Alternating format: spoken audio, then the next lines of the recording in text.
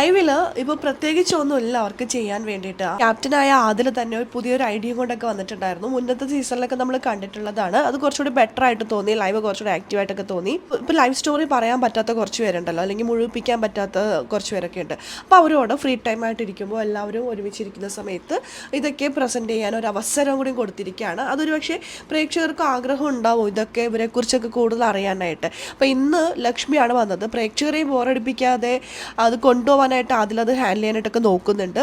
ഇന്ന് ഒരാളെ പറഞ്ഞിട്ടുള്ളൂ, ലക്ഷ്മി മാത്രം. പിന്നെ സാബുമാൻ, അങ്ങനെ പിന്നെ പറയാൻ ആഗ്രഹമുള്ള ആരാണോ അവർക്കൊക്കെ പറയാമെന്നാണ്. അത് നല്ല രസമായിട്ടോ തോന്നിട്ടോ.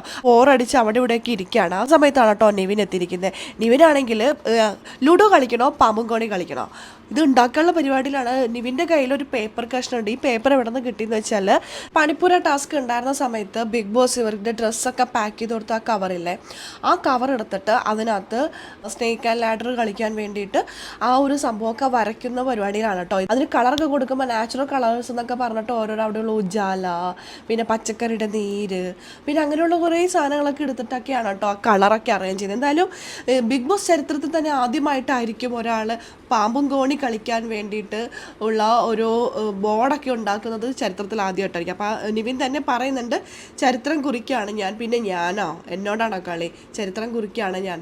എന്നാൽ അങ്ങനെ എന്തും അതിജീവിക്കാൻ ഒന്നുമല്ല, പ്രകൃതിയോട് ഇണങ്ങി ചേർന്ന് ജീവിക്കുകയാണ് അവർ.